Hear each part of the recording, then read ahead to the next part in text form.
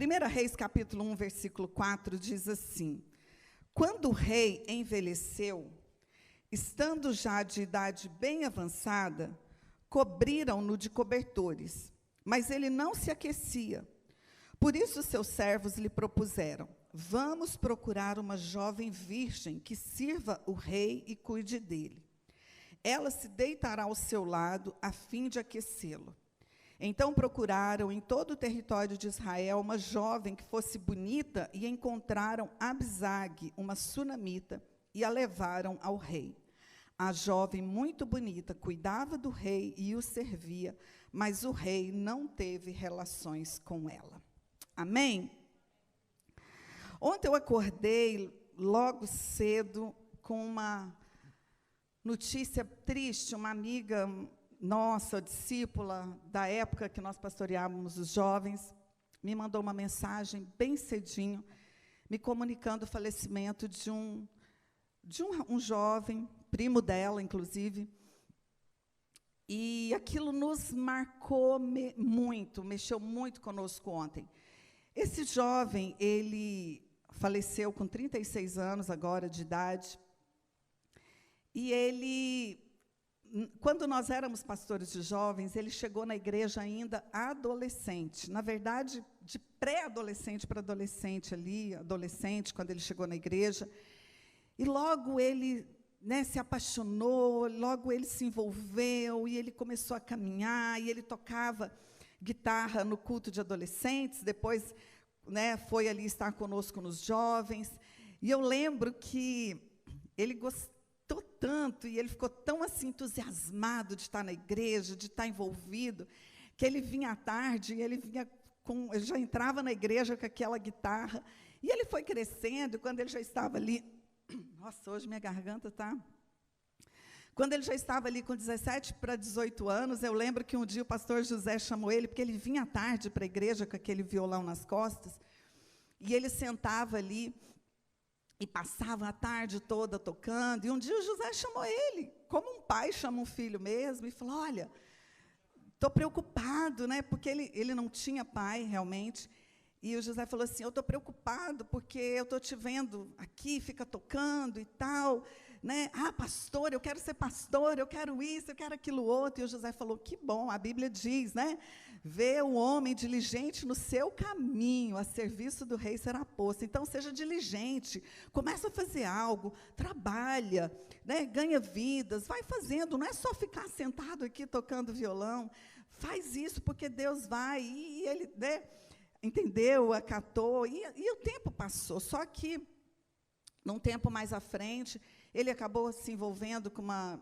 namoradinha da igreja também, muito adolescente, e os dois, infelizmente, vinham de famílias disfuncionais, vinham de famílias que não conheciam o Senhor Jesus, de famílias totalmente desregradas, desestruturadas, e os dois se afastaram dos caminhos do Senhor, os dois se afastaram da igreja, os dois começaram a fazer uso de drogas, e foi assim, se eu for contar a história, é triste, porque os dois foram, ela virou dançarina de boate, eles na droga, na cocaína, e tantas coisas.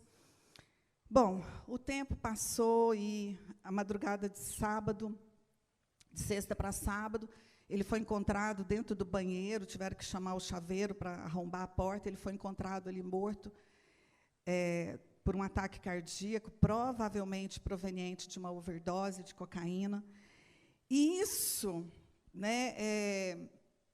entristece muito o coração de um pastor, mas eu quero que você, pai, esta manhã entenda que, como igreja, nós temos, sim, responsabilidades. Claro, temos muitas responsabilidades com os nossos jovens, com os nossos filhos, com os adolescentes que chegam à igreja, com as famílias que chegam à igreja. Mas há uma missão da igreja. O Senhor Jesus disse: ide e pregai o evangelho a toda criatura. E o versículo seguinte diz: e quem crer e for batizado será salvo. Quem, porém, não crer será condenado. Nós podemos, em alguns momentos, fazer o papel de um pai, nós podemos, em algum momento... Eu lembro que o José mesmo era casamento da prima desse menino. O pai dela não estava nem aí para ela. No dia do casamento, ela na porta da igreja, o pai não chegou para levar. O meu irmão, pastor Mike, ia celebrar o casamento, o José foi lá no carro, buscou ela, entrou com ela no altar, levou ela para o altar. Então, nós podemos, sim, fazer papel de pai, muitas vezes, nós podemos fazer o papel, né, de um aconselhador. Inclusive, a prima dele hoje é pastora e tudo. Nós podemos fazer esse papel, mas nós não vamos substituir o papel de uma família. Nós não vamos substituir a responsabilidade familiar de cada membro da família. Nós nunca vamos substituir, por mais que você está aqui na igreja sem o seu marido não te acompanha, nós não vamos conseguir ser o seu marido. Nós não vamos fazer esse papel.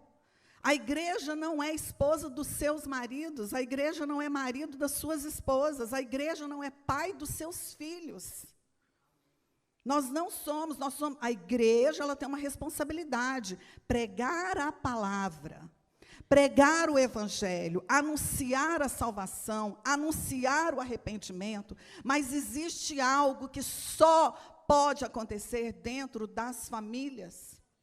As famílias hoje estão disfuncionais, queridos. Totalmente disfuncionais. E por isso, tantas coisas têm acontecido. Eu não estou aqui culpando os pais desse jovem. Claro, hoje ele já era um adulto. E ele, claro, com a raciocínio dele, tudo isso, ele poderia ter tomado uma atitude diferente, ter voltado para o Senhor Jesus, ter voltado para os caminhos do Senhor. Eu não estou aqui culpando os pais ou a família dele. Mas o que eu quero que você entenda é que existe um papel que foi designado para cada um de nós dentro da nossa família. É interessante porque Deus usa a nossa família para nos tratar. Tudo que nós precisamos aprender para a vida, nós aprendemos dentro da nossa casa. Sabia disso? Nós aprendemos no meio da nossa família. Nós aprendemos muitas vezes ali, como diz a Bíblia, ferro com ferro se afiando, e nós vamos aprendendo dentro da nossa casa, mas nós precisamos entender o papel que nós temos. Eu preciso entender o papel que eu tenho como esposa, como mãe. O meu esposo precisa entender o papel que ele tem de marido e de pai, são coisas diferentes. Tem mulheres que, quando dão à luz, elas esquecem do papel delas de esposa, e elas acham que agora o principal papel delas e o primeiro papel delas é ser mãe. Isso não é verdade. O seu marido veio antes do seu filho, e o papel de esposa não pode ser deixado de lado e esquecido, porque agora vieram os filhos. Então, nós estamos vivendo uma era de famílias disfuncionais, onde o essencial está faltando nas famílias. O essencial está faltando nas famílias. E isso é triste demais. Isso é muito triste. Eu lembro que quando nós éramos pastores de jovens, a gente fazia esse papel, sim. E eu acredito que hoje o pastor Gilberto e a pastora Luana, aqui com o Flow, com os adolescentes, eles também fazem isso. O Fábio e a Sula estão com jovens adultos ali, mas às vezes ainda faz um papelzinho de pai e de mãe também. E eu lembro que quando nós éramos pastores de jovens, gente, até etiqueta social eu ensinava para aquele povo. Porque às vezes a gente fazia as festas, a gente fazia as reuniões, os eventos de jovens. E eu lembro uma vez, essa eu nunca me esqueci, nós fizemos uma noite havaiana, Dudu e a Débora, acho que estava por lá, e a gente fez aquela noite havaiana, aquela festa linda, e nós passamos o dia arrumando, e eram mais de 1000 jovens, e a gente fez aquela mesa de frutas, e era muita fruta, gente, era muita fruta, e a igreja tem 3.000 cadeiras. Então, do lado de cá, a gente fez uma mesa enorme com frutas, de cá outra mesa. Então, tinha as frutas picadas. Aí, por baixo das mesas, a gente deixou faca, bandeja, porque, além das frutas picadas, tinha as inteiras. Tinha melancia, tinha melão inteiro, mamão inteiro, tinha os cortados, os decorados, os fatiados, os cubinhos, mas tinha os inteiros, tinha o coco, tinha tudo ali. E por baixo a gente deixou as bandejas com as facas, porque conforme eles fossem comendo, a gente ia pegar, pôr as bandejas em cima com as facas e continuar abrindo as melancias, os mamões, os melões. E quando nós demos amém, que nós encerramos o culto e a gente passou para a festa, né? Gente, não deu tempo. Quando eu desci o degrau, a mesa já tinha acabado. Gente, e a gente soube que naquela rua, 1950, a Rua da Embaixada lá no Brasil, as pessoas foram descendo com a melancia aqui, o coco, o melão, e elas foram levando as frutas para casa. Aí eu falei, muito bem, agora eles vão aprender como que vai numa festa. Se o papai e a mamãe não ensinou em casa, eu vou ensinar. A próxima festa que nós fizemos para os jovens, eu falei, gente, o salgadinho é 2 no pacotinho e vai entregar na mão.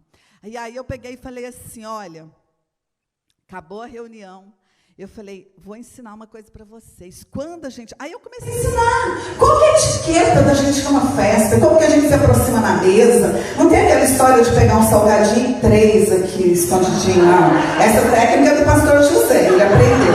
Você vai na festa, mesa de doce, você pega assim, ó. É um salgadinho aqui, ó, e os 3 dedinhos você junta 3 aqui. Eu já até se escondeu aqui, tá bom?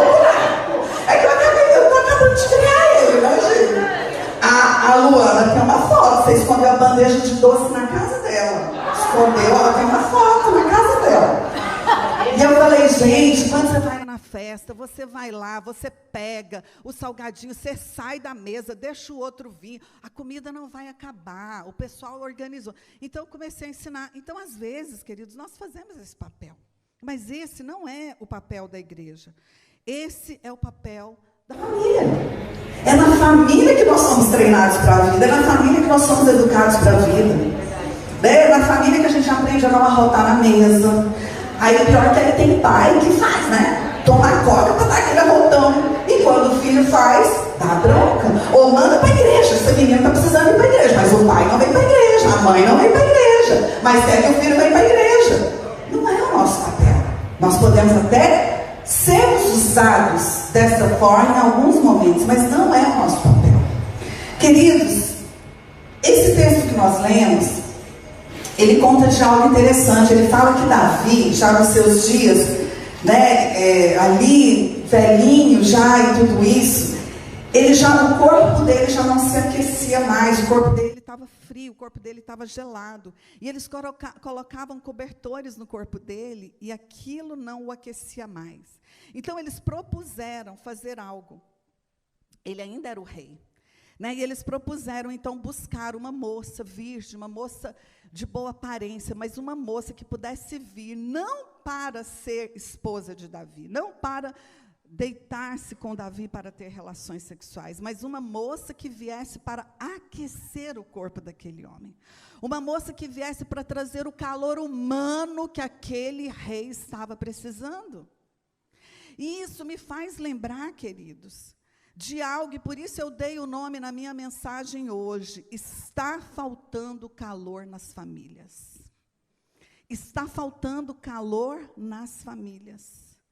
Nós hoje estamos vivendo um tempo onde as famílias não estão sendo aquecidas mais. E esse não é só um problema que acontece na velhice, esse não foi um problema ali exclusivo de Davi. Claro que eu estou aqui parafraseando, é claro que o que Davi precisava era de um aquecimento aqui no corpo dele, mas vamos trazer para a nossa realidade de hoje, vamos trazer para as famílias de hoje.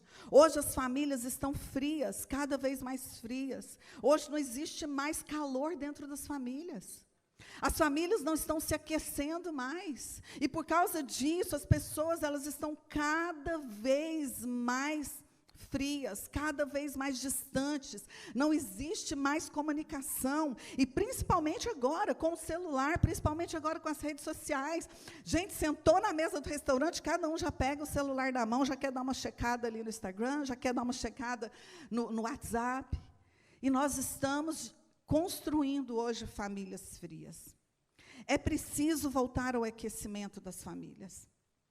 Isso tem me preocupado muito, porque o estado de frieza hoje, ele está tão ele está tão forte dentro das famílias, ele está tão forte que as pessoas elas estão esquecendo, os pais estão esquecendo de aquecer o relacionamento com os filhos, o esposo está esquecendo de aquecer o relacionamento com a esposa. E por causa disso, nós estamos vendo que as famílias estão cada vez mais afastadas. E cada vez os problemas estão aumentando. E eu estava me lembrando hoje de quando nós ali ainda, parece que hoje Deus tirou para me relembrar da minha época com os jovens, talvez porque esse rapaz foi um dos nossos discípulos ali nos jovens. E nós tínhamos um ministério de dança na igreja, um ministério de dança grande, e como todas as meninas da dança eram jovens, elas dançavam no culto do domingo também, mas como todas eram ali dos jovens, então eu era a pastora que cobria também o ministério de dança. E eu me lembro que eu comecei a me preocupar, porque a gente sentava no culto, e eu lembro que o palco é assim, a gente sentava daqui, elas desciam da dança e elas sentavam no canto de lá. E durante o culto, elas ficavam ali, encostadas, uma deitava no ombro da outra, aí a que deitava no ombro da outra ficava ali, passando a mão no cabelo, alisando o cabelo. E eu ficava pensando, meu Deus, eu que sou casada, estou aqui com meu marido, às vezes até dou uma encostadinha no ombro dele, mas eu não fico alisando o meu marido durante o culto, eu não fico, né? E aquelas meninas, e aquilo começou a ser demais, e aquilo começou a ser demais. E eu me lembro que a gente fez um acampamento com os jovens, e aquele acampamento me preocupou mais ainda, porque aí a gente chegava na hora livre do acampamento, que elas estavam deitadas no gramado, era uma deitada no colo do outro, e passando a mão no cabelo. Ah, tudo bem, são amigas. Até que um dia, queridos, nós estávamos num acampamento de jovens, e aconteceu algo que a gente soube só na segunda-feira, quando duas adolescentes, não aquelas da dança, mas duas outras, chegaram ao nosso gabinete, e elas falaram, pastora, eu não sei o que aconteceu, mas ontem, quando a gente estava no quarto, e a gente estava dormindo nas beliches, e de repente, ela apontou para a amiga, ela desceu do beliche, e ela veio e tacou um beijo na minha boca.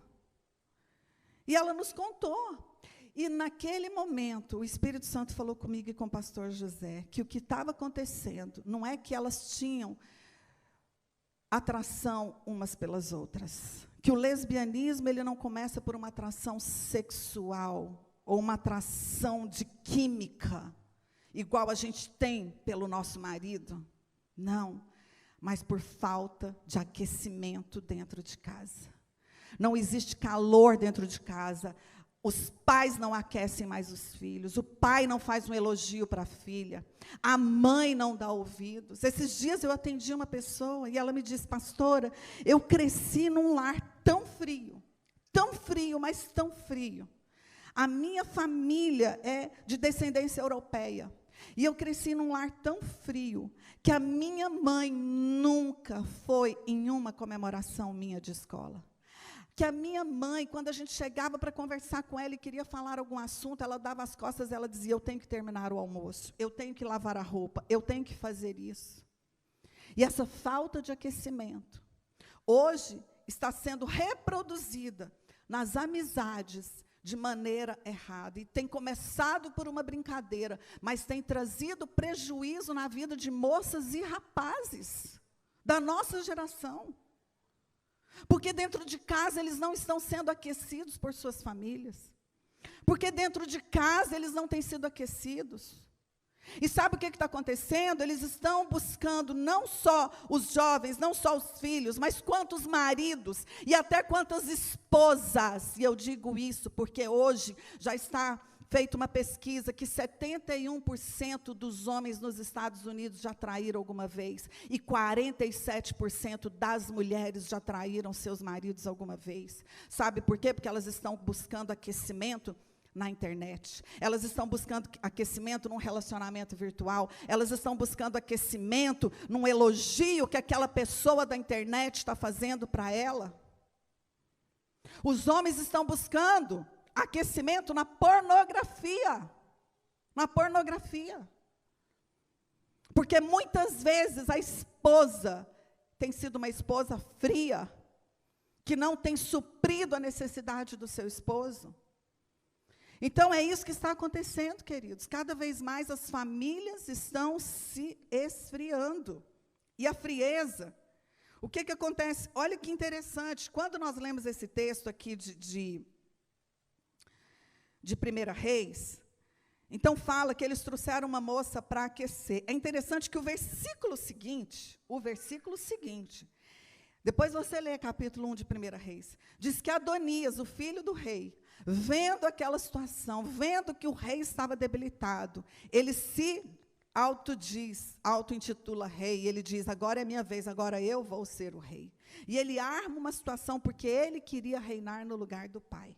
Mais para frente, no capítulo 2, a Bíblia diz que Salomão se torna rei. Por quê? Porque Deus tinha falado a Davi que Salomão seria o rei. Não seria Adonias, seria Salomão. E ali, Davi dá todas as instruções para Salomão, no final dos seus dias, dá todas as instruções. Salomão se levanta como rei. E a Bíblia diz que Adonias, quando diz lá no capítulo 1 que ele se auto-intitula como rei, aí no versículo 6 diz assim, porque Davi nunca contrariou seu filho. O que estava querendo dizer isso? Que Adonias, ele estava fazendo o que dava na cabeça dele, ele estava sendo rebelde, ele estava querendo ir contra o próprio pai. Por quê? Porque ele nunca tinha sido corrigido, ele nunca tinha sido chamado a atenção dele, porque a Bíblia diz que Davi nunca contrariou Adonias. Isso quer dizer que há uma frieza. Quando um pai é indiferente na correção com o filho, é porque ele é frio com o filho, ele não está nem aí, a frieza em forma de indiferença, ele não está nem aí. Quando eu corrijo um filho, eu estou colocando calor dentro da minha casa. Quando eu corrijo um filho, eu estou aquecendo a minha família. Eu estou protegendo a minha família. A Bíblia diz que Adonias quis se fazer rei. E o texto diz, porque Davi não contrariava, nunca contrariou seu filho. Só que no capítulo 2, quando Salomão se levanta como rei, Adonias chega para a mãe de Salomão, porque a mãe de Adonias era uma, a mãe de Salomão era outra. Adonias chega para a mãe de Salomão, Batseba, e diz, olha, por favor, quando você se encontrar com o rei, faz a ele um pedido, fala para ele me dar Abisag, que era aquela jovem que tinha ido aquecer o rei, fala para ela para ele me dar por esposa. A Bíblia diz que Batseba vai se encontrar com seu filho se sente honrado pela presença da mãe, manda trazer um trono, põe o trono do lado, põe a sua mãe sentada no trono. E aí Batseba fala assim, filho, eu queria te fazer um pedido e que você não me negasse. O seu meio-irmão, Adonias, pediu que se você podia dar Abisag, a concubina do seu pai, aquela que aqueceu ele nos últimos dias de vida, dá a ele por esposa. Salomão se levanta naquela hora, numa ira, e ele diz, ele te pediu isso? Por acaso ele não quer o meu reino também? Por acaso você não quer que eu dou todo o reino para Adonias também? Pois hoje mesmo eu declaro que Adonias não viverá mais. E Salomão, irmão de Davi, manda matar Adonias. Sabe o que é isso, querido? Fruto de uma família disfuncional. O pai era frio, indiferente, não corrigia, não contrariava o filho. O filho se levanta na rebeldia. O outro se levanta para matar o rebelde. Famílias que são frias. Porque, querido, a indiferença, ela traz rejeição.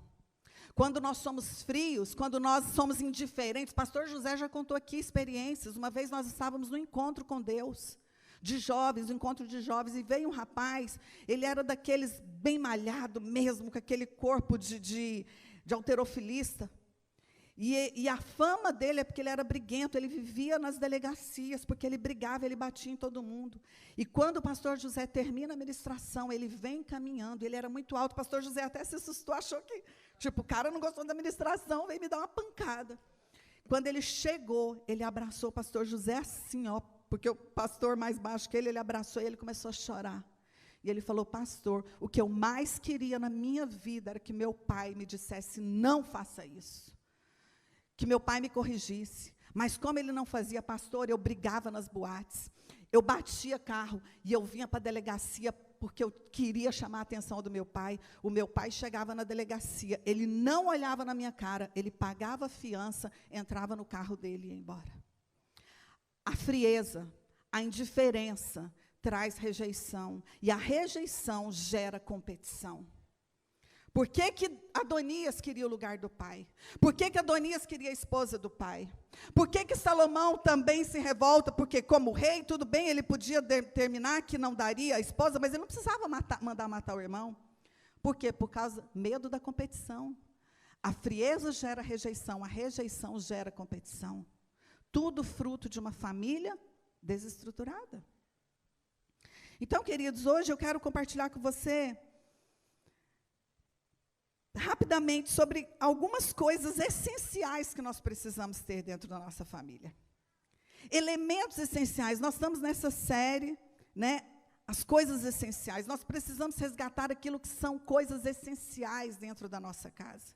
Isso serve para qualquer um de nós. Hoje nós estamos com o nosso ninho vazio. Os nossos filhos não estão. A nossa fase de criar filhos já passou. Mas existem coisas que são essenciais, que eu ainda preciso me lembrar disso, e que meu marido precisa se lembrar, e que nós precisamos manter na nossa casa. Uma vez eu atendi uma senhora em Balneário, 62 anos de idade. Ela chegou dentro da minha sala, e ela disse: pastor, eu estou com muita vergonha, mas eu vim aqui para confessar para você que eu preciso de ajuda. Eu estou viciada na pornografia. O meu marido vai dormir, vai para a cama, e eu vou para o computador. E eu passo a madrugada até 3, 4 horas da manhã vendo pornografia. Então, a gente pensa que isso é coisinha de jovem, a gente pensa que isso é problema quando tem filho em casa. Não, queridos. Em todas as fases da nossa vida, nós precisamos aquecer o nosso relacionamento, trazer o calor de volta, trazer o calor humano para dentro da nossa casa.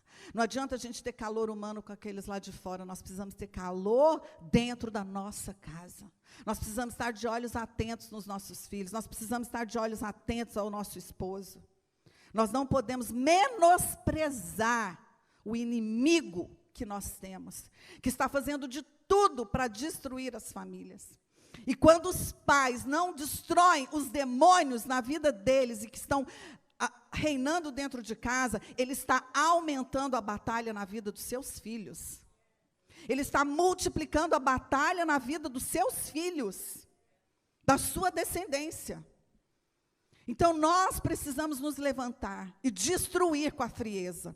Nós precisamos nos levantar e dizer: eu vou trazer de volta para dentro da minha casa as coisas essenciais, porque eu não vou permitir que os problemas que eu tive, que os demônios que me atormentaram, que o pecado que eu carreguei na minha vida, seja multiplicado em batalhas na vida dos meus filhos.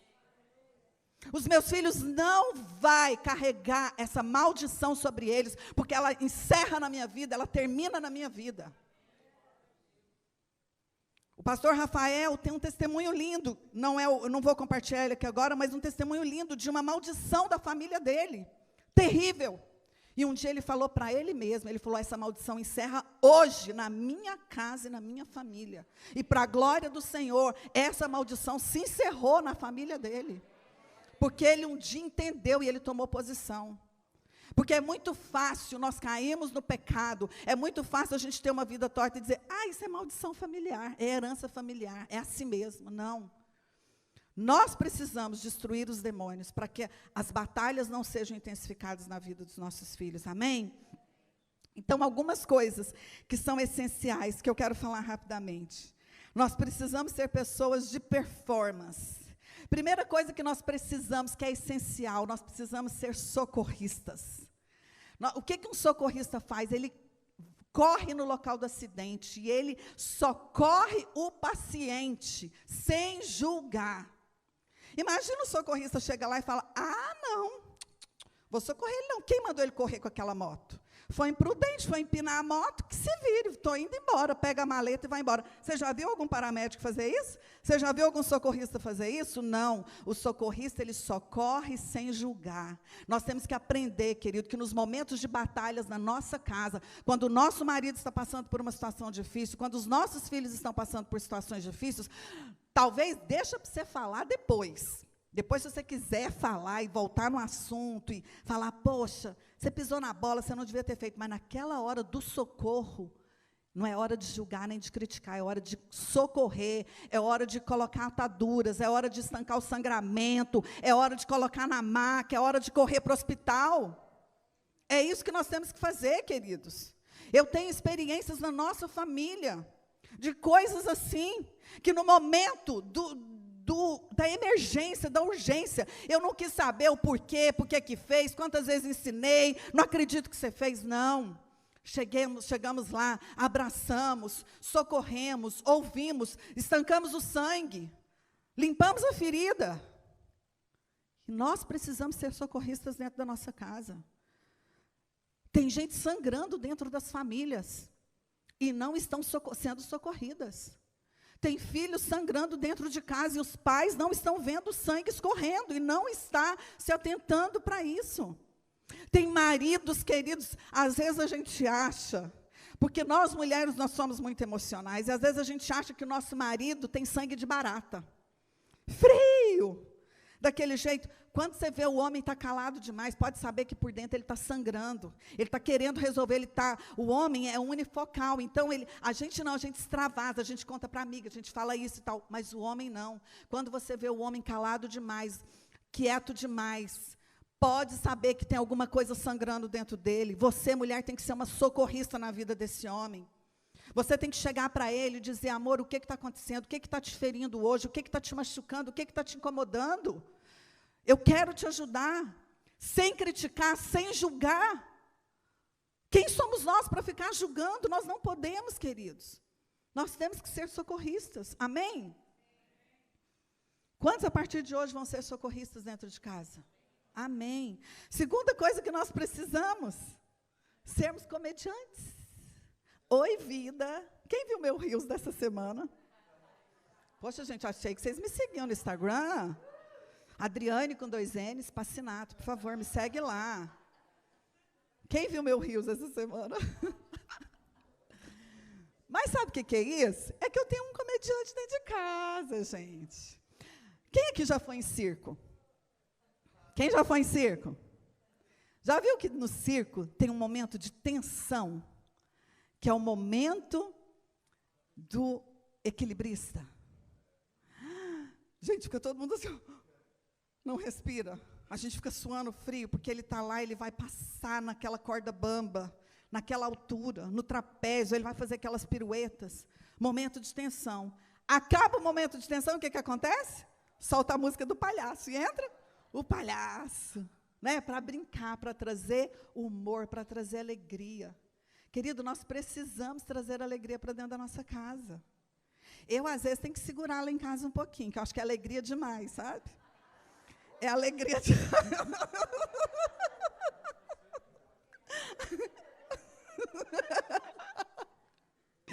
Mas foi tão engraçado essa semana, quando eu fiz aquele Reels lá, que se você não viu, quiser ainda ver o mico que eu paguei, mas eu achei muito engraçado e eu quis fazer aquele Reels. E foi muito engraçado. Porque uma pessoa da minha família me mandou mensagem. Adriane, manda o José tirar, porque ele compartilhou, ele repostou, né? Manda o José tirar aquele negócio do Instagram dele. Eu falei, como assim? A pessoa está me mandando mandar meu marido? Aí eu pus assim, não, fui eu mesma que fiz, kkkk. Por quê, gente? Porque não é muito da minha natureza ficar fazendo mico na internet, né? Eu não sou de ficar pagando mico assim. Mas, gente, eu fiz algum pecado? Não. Está todo mundo doido para pegar o celular e ver, né? Acho que a primeira coisa que eles vão fazer, eles não vão lembrar da palavra, não. Eles vão correr. Hã? Amanda. Olha, gente. Ó, minha nora. Ô, Amanda. Se odeia sua sogra, você ama sua sogra. A minha nora mandando passar no telão da igreja, gente. O que é isso? Não. Acende as luzes. Não passa, não. Bruna. Bruna, te pego. Gente, mas foi tão engraçado, porque eu não cometi um pecado. Eu não fiz nada. Eu não estava ali fazendo a dança da garrafa. Eu não estava fazendo nada disso, não, gente. Eu só pus um botox na boquinha. Mas olha, nós precisamos disso, humor, falta humor dentro dos lares. Gente, tem casa que você entra, que é só briga, é só discussão, é pesado. O lar deve ser um lugar que você tem vontade de voltar para dentro dele. Casa é um lugar que as pessoas vão para tomar banho, comer e doida para sair. Lar não, lar era um lugar que você está na rua trabalhando, você pensa, não vejo a hora de terminar o expediente, porque eu quero voltar para o meu lar. Lar é um lugar de aconchego, lar é um lugar, sabe, não precisa nem de ligar a lareira, gente, porque o calor que tem lá dentro, de amor, de alegria, isso é um lar. Nós temos que rir dentro de casa, nós temos que, muitas vezes, ser comediantes dentro dos nossos lares, sim, está faltando isso nas casas. Terceira coisa, nós precisamos ser pintores. Nós temos que pintar quadros com os nossos filhos, quadros com a nossa família, com o nosso esposo, quadro dos sonhos. O que você tem projetado para a sua família? O que você está planejando? Que tipo de família você quer ter? O que vocês vão fazer nos próximos 5 anos? Nós temos que pintar quadros. Está faltando isso é essencial dentro de casa. Outra coisa que é essencial dentro da nossa casa. Precisamos ser como escultores. Porque o escultor é aquele que pega um tronco, que você não dá nada por aquele tronco, e ele começa a esculpir, de repente você vê ali uma estátua, você vê ali uma obra de arte maravilhosa.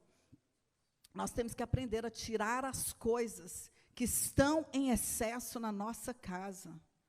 Tem coisas que estão em excesso demais. Às vezes a televisão está em excesso demais. Às vezes as séries estão em excesso demais. Às vezes a briga está em excesso demais. Gente, vamos tirar as coisas que estão em excesso. Vamos ser escultores dentro de casa. Vamos ajudar o nosso cônjuge a vencer algumas limitações que ele tem. Vamos ajudar. Homens, ajudem suas esposas a vencer as limitações. Ajuda ela a tirar a baixa autoestima, ajuda ela a tirar o espírito da rejeição. Nós temos que ser escultores dentro do nosso lar. E por último, e eu encerro aqui, nós precisamos também sermos treinadores, sermos coaches dentro da nossa casa, desenvolver as competências uns dos outros. Existem competências, existem habilidades. Nós não podemos ser daquela família que acha que, esse menino não vai dar o que presta. Ela não vai ser nada quando crescer. É um burro, só tira nota baixa na escola. Semana passada, lá no Brasil, aconteceu até uma coisa engraçada, interessante, que eu me lembrei agora. A Jéssica, nossa filha, ela está morando no Brasil já há 3 anos, e ela trabalha numa empresa nossa lá. E, por incrível que pareça, uma funcionária do financeiro, ela trabalha numa área lá que faz exportação, essas coisas, mas uma menina do financeiro teve que sair, porque foi para um outro local, e, rapidamente, aquela área ficou sem ninguém. Então, o gestor da empresa, que é sócio do José, falou, Jéssica, você pode assumir isso aqui por enquanto? E é na área financeira. E ela falou, mãe do céu, ainda mais eu. E aí, sabe o que eu me lembrei? Que quando a Jéssica estava na 6ª série, lá no Elementary School, eu acho que né? Ela tirou 2 numa prova de matemática. E a psicóloga da escola mandou marcar um horário comigo, a psicopedagoga, e falou para mim assim, olha, sua filha tirou 2 na prova de matemática, nós estamos muito preocupados com ela. Então, quero te dizer que eu estou observando a Jéssica, e eu detectei que ela tem sinais de hiperativismo, ela é hiperativa. Então, ela precisa ser tratada. Então, eu quero sugerir que ela faça 10 sessões de terapia. E já me deu o telefone, o cartãozinho dela, da psicopedagoga. Ética, né? Me deu o cartãozinho dela para levar. Gente, eu cheguei em casa e falei, o quê? Hiperativa? Toda criança de apartamento é hiperativa, gente. Ela não tem onde correr. Ela pula mesmo em casa, ela brinca. Claro, existem crianças que são hiperativas, mas se você pegar hoje toda criança, Gente, as crianças de hoje em dia, elas não põem o pé no chão, elas não correm, não brincam de queimada, de 7 pecados. É ou não é verdade? Barra manteiga, que era o que a gente brincava quando era criança. Ficava até de noite brincando, a molecada na rua. Quem já fez isso? Era ou não era assim? A criança de hoje em dia, gente, ela está super ativa mesmo, porque ela precisa correr, ela precisa... E eu falei, Senhor, eu não aceito. E semana passada a Jéssica falou, mãe, você sabe que eu não sou muito boa com números, né? Eu falei, filha, lembra da sua nota 2 na matemática? Queridos, ela não gosta mesmo de números, não, ela não gosta mesmo de matemática, não. Mas e se eu tivesse pegado? Mas gosta de ganhar dinheiro, né, amor? Isso ela gosta. Mas se eu tivesse pegado aquilo e começasse a subjugar, e criticar, e julgar, não. Hoje, ela tem competências e habilidades que têm sido desenvolvidas, por quê? Porque ela tem um lar aquecido. Porque ela pega o telefone e ela liga para o pai, todos os dias, e conversa, pai, e conta, fala, meu Deus do céu. Ele senta na mesa, ele, amor, traz a Jéssica, ele fala, traz a Jéssica aqui, quando eu estou com ela no FaceTime, traz a Jéssica aqui, aí eu vou lá, deixo o celular. E fica, eu entro, tomo banho, volto, o José está conversando com ela. Tem um marido que aquece o lar dela. Querido, nós precisamos ser coach na nossa casa, desenvolver habilidades, desenvolver competência. O diabo quer enganar, dizendo, ele não tem competência, ela é isso, ela é aquilo outro, seu marido não vai dar em nada, não vai sair dessa vida nunca. Engano do diabo. Hoje o Senhor quer nos levantar para aquecer os nossos lares.